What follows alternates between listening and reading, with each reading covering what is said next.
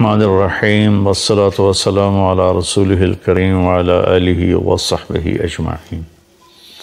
آج کی تلاوت میں قارون کا قصہ آیا تھا۔ قارون موسیٰ علیہ السلام کی قوم سے تھا۔ میں اس کی بات اس لیے سنانا چاہتا ہوں کہ اب مغفرت کے 10 دن چل رہے ہیں۔ اللہ معاف کرنے اور بخشش کرنے میں کتنا کریم ہے، کتنا زبردست ہے۔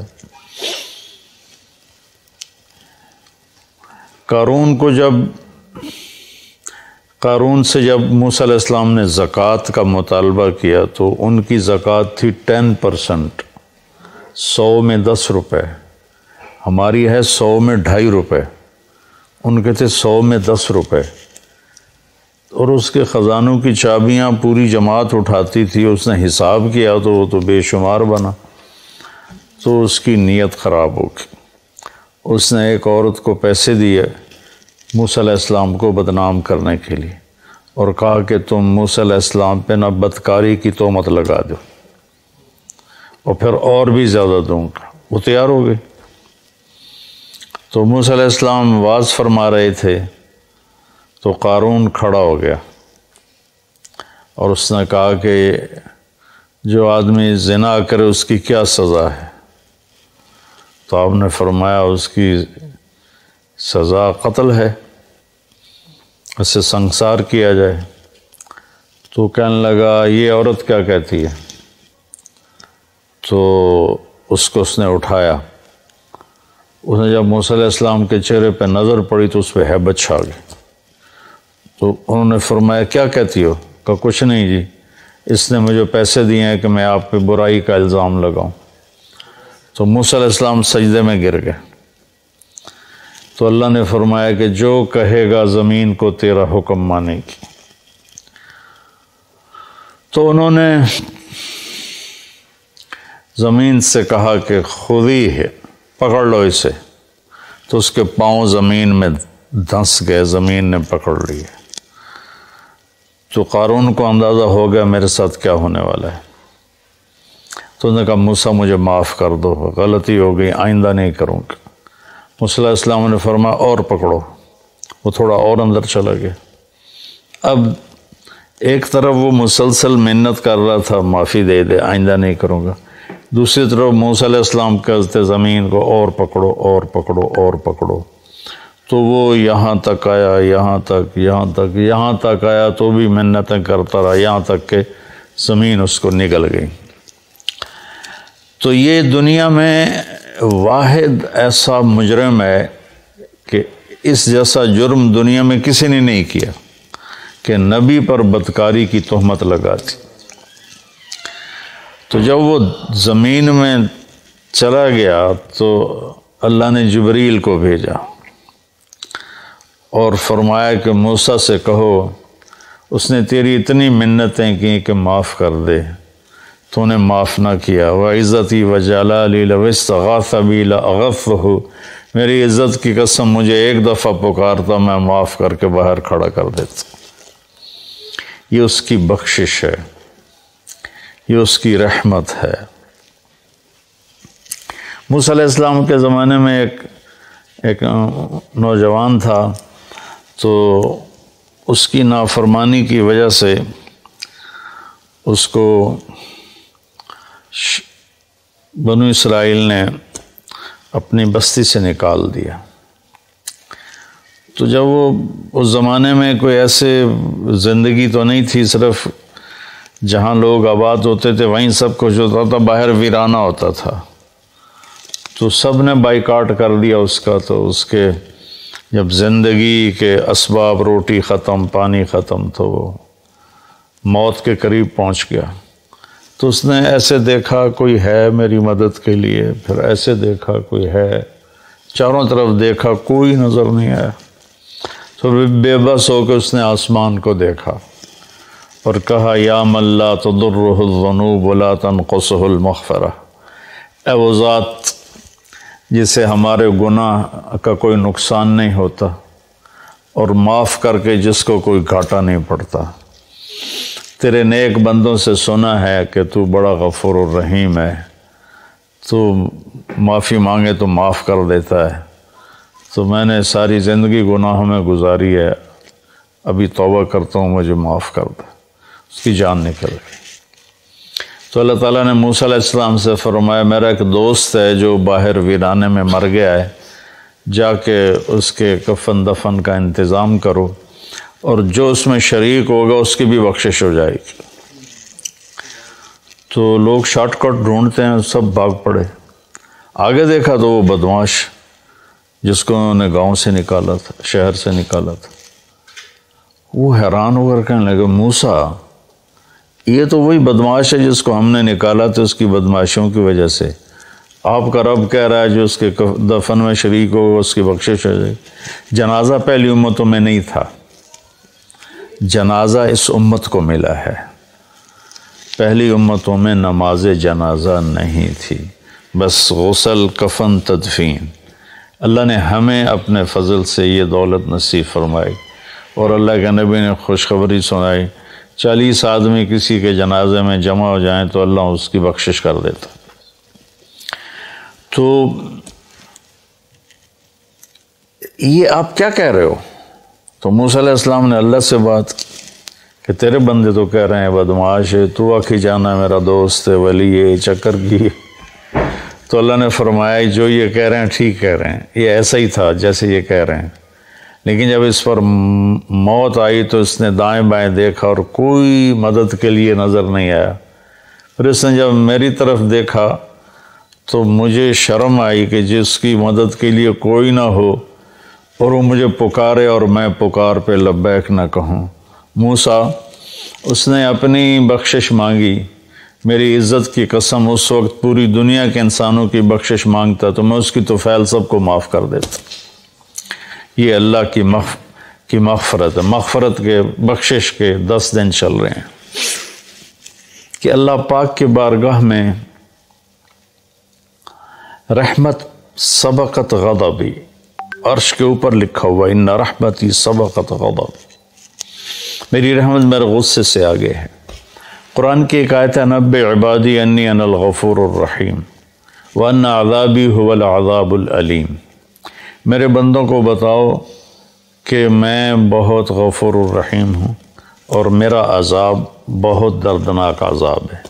اردو ترجمے میں آپ کو دونوں طرف کی خبر برابر نظر آئے گی، لیکن یہ ایسے ہے، ایسے رحمت کی خبر اس کا وزن یہاں آ رہا ہے اور اس کے مقابلے میں پکڑ کی خبر کا وزن یہاں چلا جا رہا ہے، یہ دونوں برابر نہیں ہیں، یہ ایسے ہیں۔ اب ہم اس کو تھوڑا تھوڑا کریدتے ہیں۔ 90 میرے بندوں کو بار بار بتاؤ، 90 اذن باب تفعیل میں تکرار ہوتا ہے، تو اللہ تعالیٰ یہ کہتا اخبر میرے بندوں کو بتاؤ تو ہو جاتی بات، اخبر کی وجہ 90 بار بار سنا ان کو، یہ مجھ سے ڈرے ہوئے ان کو بار بار سنا۔ جیسے اذن بار اذان جو کہ بار بار ہوتی ہے تو اذن فی الناس بالحج یاتوک رجالا اذان من اللہ ورسولہ۔ تو اس پیٹرن پر جو لفظ آتا ہے اس کے اندر تکرار کا مطلب داخل ہوتا ہے، تو میرا اللہ اپنے حبیب سے کہہ رہا ہے بار بار سنا میرے محبوب، بار بار سنا۔ آگے اللہ کہتا اخبر الناس، لوگوں کو بتاؤ، یا چلو اگر خاص کرتا تو اخبر الذین آمنوا، ایمان والوں کو خبردار کر دو، خبر دے دو۔ 90 کی خوبصورتی الگ ہے، عبادی کی الگ ہے۔ اللہ نے پوری دنیا کے مشرق مسلم سب کو کہا میرے بندے ہیں، اور کہا میرے بندے ہیں، میرے میں کتنی محبت، میرا لال، میرا بچہ، میرا بیٹا۔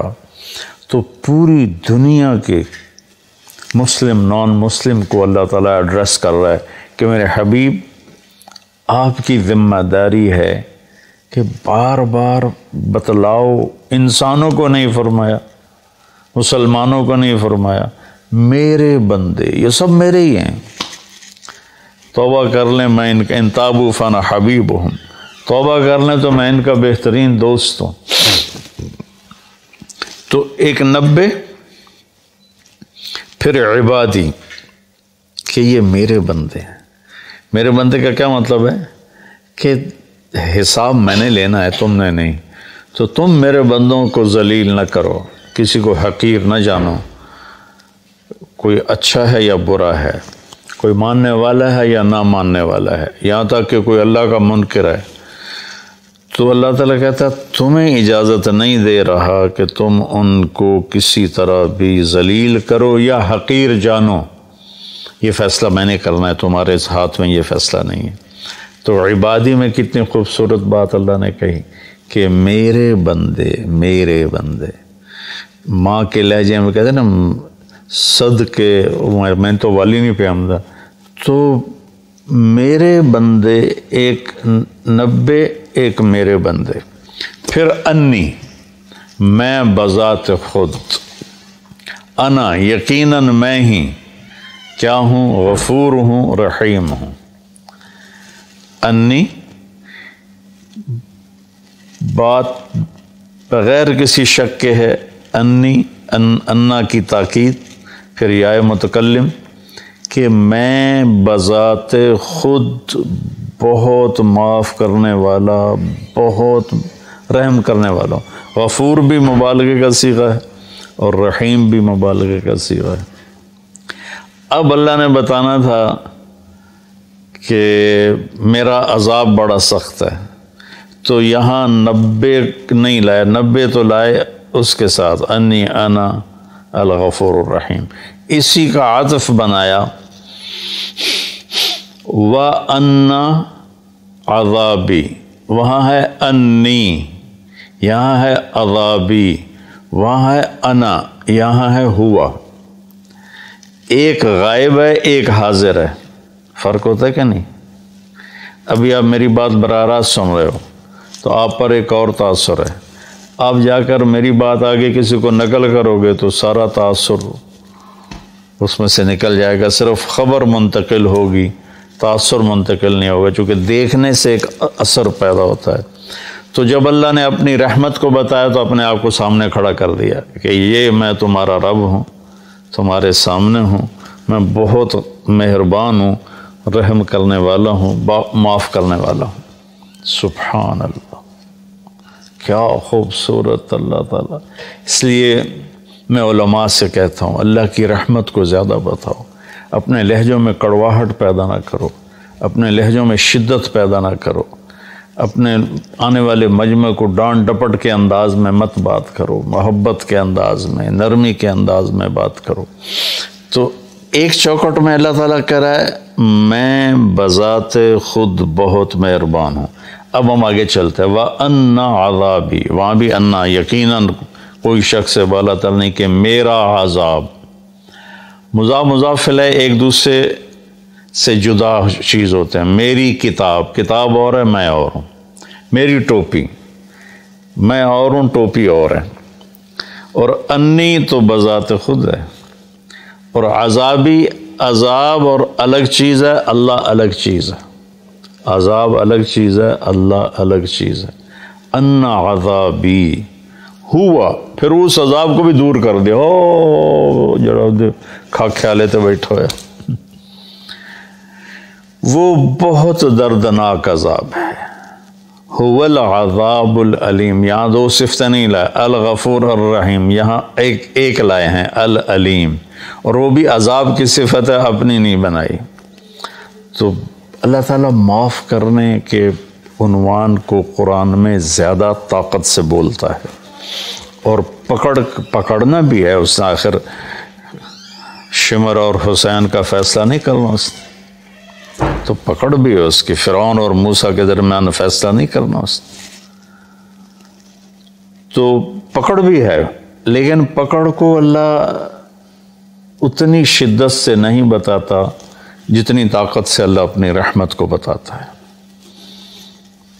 تو میرے بندوں کو بتاؤ، بار بار بتاؤ کہ میں بذات خود تمہارے سامنے کہہ رہا ہوں کہ میں بڑا مہربان، اور پھر ہاں وہ جو میرا عذاب ہے نا وہ جو میرا عذاب ہے او تو لمبے تو پار ٹپا چھڑے وہ جو میرا عذاب ہے نا وہ بڑا دردناک عذاب ہے. سبحان اللہ.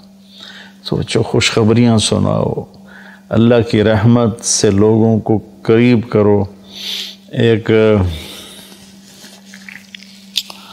ٹی وی کے ایکٹر تھے بڑے پرانے، تو وہ مجھے ملنے آئے، کہنے لگے میں آپ سے اس لیے ملنے آیا ہوں کہ آپ اللہ سے ڈراتے نہیں، آپ اللہ سے ملاتے ہیں.